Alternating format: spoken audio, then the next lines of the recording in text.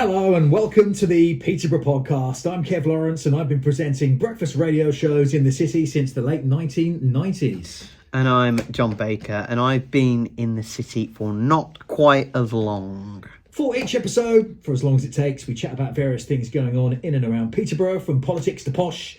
If it's in the news, we may well be talking about it. And our philosophy on this podcast is just to be real, to be authentic, to be honest about the stuff that's going on in our city. And we've got quite a busy show today. We're going to be talking about taxis versus Uber. We're going to be talking to a local guy who runs a taxi company called Gold Star. His name's Faz Ali, and his company is being featured on the BBC TV series The One Show. Absolutely superb. I thought we were both going to go, Ooh. I'm sorry, I missed the cue there, didn't I? Somewhat. What else are we doing on our podcast? We're going to be speaking about the campaign that was launched to save the cathedral, to at least help it open in the same way that it does at the moment. It's dubbed Cathedral in Crisis, the campaign. We'll talk more about that. And also we spoke to the very Reverend Chris Dallaston as part of that. Also, the future of the Showground was somewhat decided this week as well, so we'll be reflecting on that and a little bit about a potential rebranding of Peterborough United, which has evoked a little bit of controversy online as well. Yeah, talk of a new crest for the posh. What? Where should we start? I think we should start with the cathedral news. Now, I mean, this was a bit of a secret just before Christmas. We found out about this and we were all sworn to secrecy until this week. And, you know, as of Monday, so Monday the 13th of January at lunchtime, the news broke. And on PCR FM, I talked about it. And I think, John, I mean, where to start with this? It's really sad to see that our cathedral is facing a financial crisis. And it needs to find £300,000 quickly, like within the next 3 months. Yeah. Or, well, who knows what? Potential partial closure, potential redundancies, you know, losing so many things that the cathedral offers to our community. I mean, it's quite frightening. So you went along at 10:30 to this day where they announced this news. What were your experiences? Yeah, as you said, it's a serious matter. £300,000. This is ongoing as well. They're saying before the end of March 2025, but this won't be the end of it as well. This is ongoing because it's a very. Talk us through what happened. You got there at 10:30. Yep. Who spoke? What was the vibe? The vibe was serious and worried, I guess, is the vibe. The very Reverend Chris Dallaston, who you spoke to, opened it. We also heard from the MP for Peterborough, Andrew Pakes, the leader of the council, Dennis Jones, the Combined Authority Mayor, Nick Johnson, Faustina Yang, who's associated with a lot of community groups within Peterborough, and Mike Green, who's participated in the Secret Millionaire and has been a great supporter of the cathedral so over all the years. of these dignitaries spoke of their worry for what the cathedral finds the position the cathedral finds itself in, facing rising costs to keep the doors open 7 days a week. And it was literally, here's our begging bowl, it needs filling. Yes, I mean, running the cathedral costs more than £2 million annually, and obviously you are not charged for entry. Obviously, if you want to make a donation, you can as you go in. So other cathedrals, I understand, do charge Some entry, do, but yeah. Peterborough don't. Peterborough does not know, and despite the fact that it enjoyed a record year of commercial events, more than 30,000 people visited the Monsters of the Sea exhibition alone in the summer, which was fantastic. That isn't enough to save it from potential changes in the way it operates. It's an interesting point. So when I told a few people I know about this, the first thing they said was, well, hang about, it's always in the news. They've always got events on this, concerts and exhibitions and this, that and the other. Surely they're doing fine. So even though the events are successful for the cathedral, on their own, they're nowhere near enough to get the money in that they need. No, and what I will do is tell you a brief story that was told by Mike Green, and he mentioned the fact that one of his friends has had a heart transplant fairly recently, and that has left him with some form of disability. And the two of them went out for a meal, I believe it was recently, and the friend drove and parked up in a disabled spot, as is his right. And he got out of the car, and him and Mr. Green were walking somewhere, and somebody shouted at them, "Well, you're not disabled, are you? Why are you parking there?" And might use that analogy to sort of to compare it, if you like, to the cathedral. Even if you think something is perfectly fine and perfectly going well, beneath the bonnet, within, if you like, there may be serious issues, and that is clearly what's happened with the cathedral. I think we recognise that the events, Paul Stainton's taken over it, the communications has done a really good job. It's very memorable. People know what's going on there, but that isn't enough to compensate for those £2 million costs, and this is where we find ourselves. So if this money isn't found, what are the potential consequences, do you think? Well, we've heard there that there may be partial closures. They may change the hours of opening, etc. There may be certain events I suspect that they won't be able to put on. We hope that it would not affect things like services, but you just don't know. And it's they're not the only church or cathedral like this. Apparently there are 5 or 6 who are in very serious danger as well.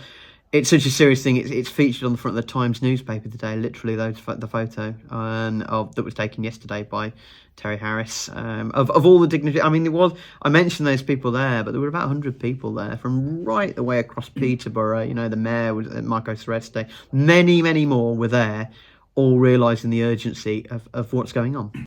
Okay, still to come, we're going to be speaking to our guest, Faz Ali from Gold Star Taxis. We're going to talk about the Peterborough United crest and possible change of posh badge. But now let's talk about development, which has been in the news a lot, especially in recent years.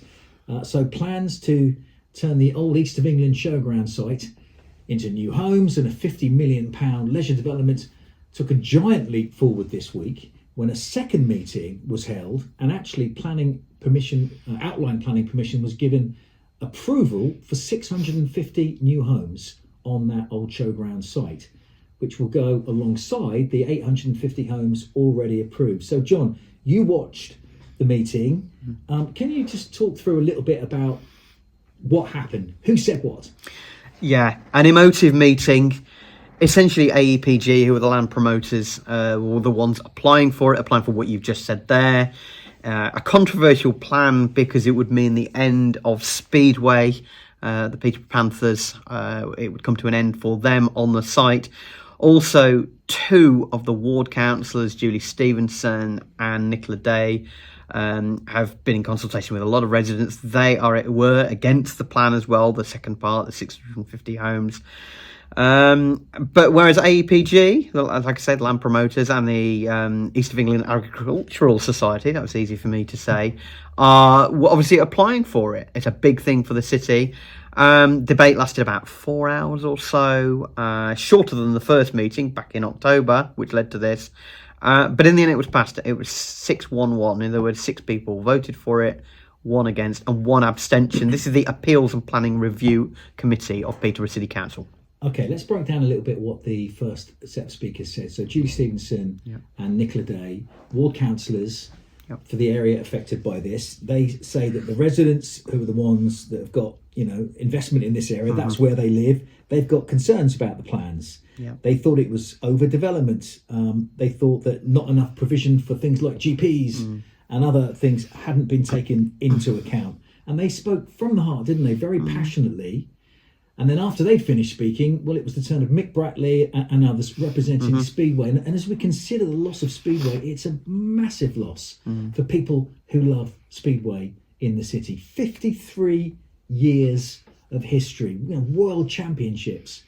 They must feel devastated to have lost their Speedway track. But then, sort of, I suppose, giving the whole picture here, came APG that talked in detail, actually, about the need for new homes in the city. 1,500 new homes, 30% affordable. They talked about the investment into the economy of Peterborough.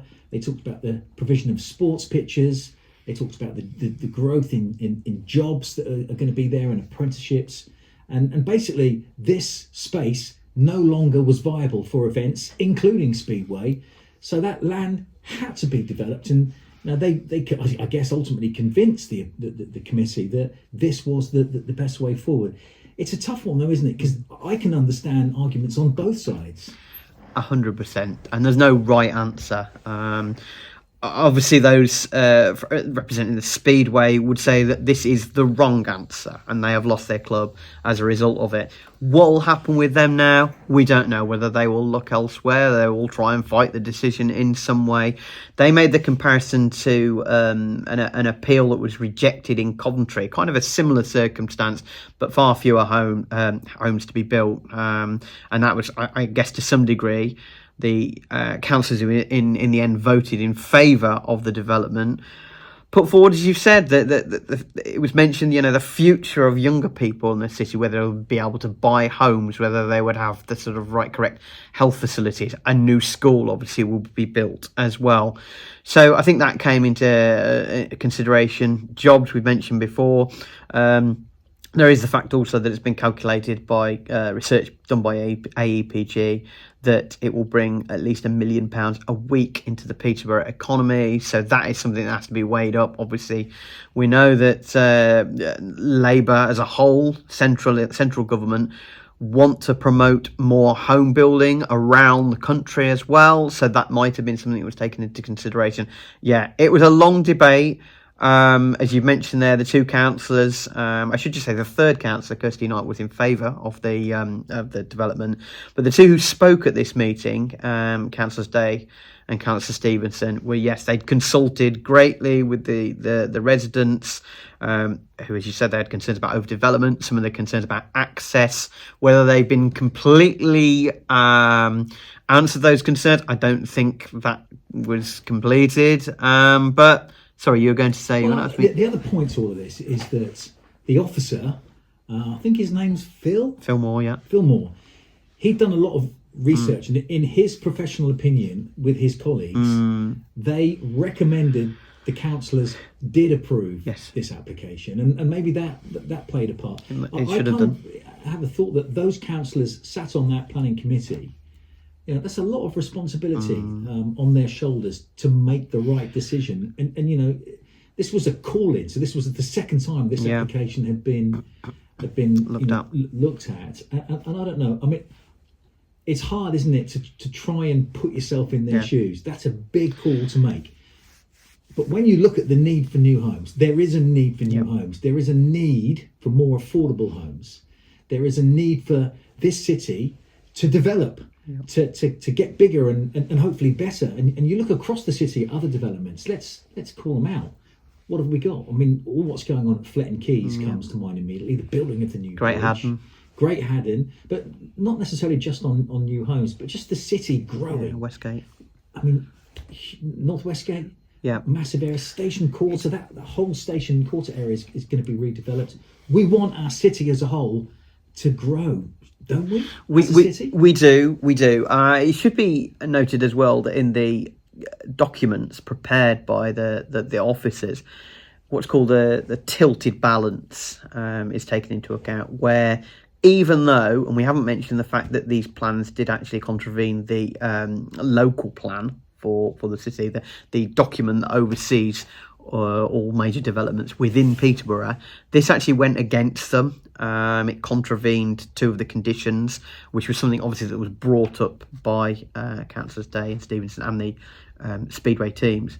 But it was thought that the officers recommended it because it just about was in favour of the tilted balance, if you like. It's complex. Yeah, I had that phrase. Yeah. Tilted balance, we approve because of these benefits. Yes. Bang, bang, bang, bang, bang. Versus the fact that, yes, there are two elements that haven't been adhered to. To sum it up, the decisions that the committee had to choose was you could either make a decision that would likely spell the end of Speedway on the site, which is brutal way of putting it, and you can dress it up. But hadn't Speedway finished a few years ago? It had finished. And I say this with a heavy heart as someone that likes Speedway. Yep. They haven't raced for some years. They were given lots and lots of COVID and several years. Yeah. And this notice to find a new home, they didn't go looking for a new home. I think they gambled, thinking we're going to be able to race here, even though we've been told we can't. Mm-hmm. And I think that gamble's backfired. I think maybe so. But what I mean to say is that the councillors, if you crystal brutally in that decision. You either do something, accept something that is going to spell the end of certainly the Showground as we know it at the moment, and thereby the end of Speedway, or you reject 1,500 homes and a £50 million leisure village in a city that needs them. That's a decision that really, I'm sure there were some sleepless nights in the committee, and they made the decision. We'll see what happens now. The optimistic view of it is that it could be an amazing thing for the city. You know, we know what their AEPG team want from it. You know, the gateway to the Fens is what they're thinking of, and it could be something that brings in a lot of money and a lot of excitement to Peterborough. Okay, let's talk about the Peterborough United crest next. You sent me a message a few days ago telling me about this, and I messaged back saying this is a wind-up. Surely this is going to go down like a lead balloon, because when football clubs want to change things like the badge on the shirt, mostly fans are against it. What do we know?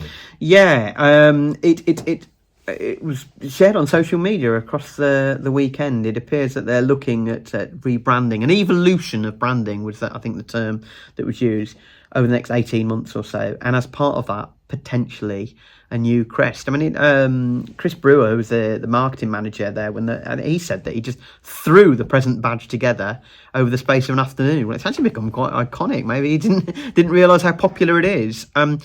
Changing badges is a real dilemma, because you've got everything. I can think of a 2 or 3, like Manchester United does not have football club anymore, so it can be just something as simple as that. Liverpool's badge, they added the flames to it to as an everlasting signal about Hillsborough. That's pretty classy. We know that, you know, those are ones that nobody could reject. It depends on how far you're willing to go. My lot, Coventry, tried to change theirs not so long ago and made the elephant a lot more prominent, and it was chucked out immediately. And there was a ghastly version for Leeds a few years ago where they completely got rid of the flower and everything. With all due respect, I couldn't care less about all those other clubs. As a Peterborough United fan, I would look at this and just ask, why? Well, let's fix the defence. Let's bring in a new striker. Let's fix the toilets in London Road. Why are we spending time on a crest? I wouldn't do it. I don't. You know, I don't defend it. The reasoning. Why are the clubs not doing that? Well, because sometimes I guess they want something maybe a bit more modern. Maybe. I don't know. I mean, you would look at it, the crest of it, up on this rock and everything. I think it's brilliant. But then you compare it to some others. Maybe like the Man City one, let's take, or another one. Maybe they want to modernise their football club by having a different brand, a different crest. Potentially. I mean, it's not just football clubs that do it. But then it's that tightrope, isn't it? You're maybe trying to bring in new people into it and throw a completely rebrand. Jaguar did it. Jaguar cars not so long ago. That didn't seem to go down very well, potentially. But we'll see what happens. Is it consultation? Are they basically chucking the idea out there to see what fans are saying? They've not said they are doing it. They're thinking of doing it. They've launched a survey to see what people make of it. I mean, some people said we should go back to the one that was there before 2008. Which is kind of similar, but we'll see what happens. I love Peterborough United. Listen, they're not my first team. I'm not a City fan, but I love Peterborough United. I've lived in the city 35 years. I adore the Posh. Darren Ferguson, you're a hero. Every time Posh win, I am happy. I can't help thinking that this move is a little bit unthought through. I don't know. Well, that's why they would say that's why we're doing the consultation. And who knows, if it comes back that 100% of fans are against it, or maybe 95%, then maybe they won't spend the money on the rebranding exercise. Or maybe they will, and maybe it'll be something that everybody likes. Who can say? They must have something in mind. They won't just be going into this, surely, with no forward plan in mind for their marketing. So let's see what happens. Certainly, as you said, social media seems to be very against it at the moment. Like you say, let's fix the defence. Let's fix the toilets at London Road. Let's score some more goals. Let's get away from relegation to League Two. Those seem to be the priorities for the Posh fans, certainly those who responded on social media across the weekend. Perfect.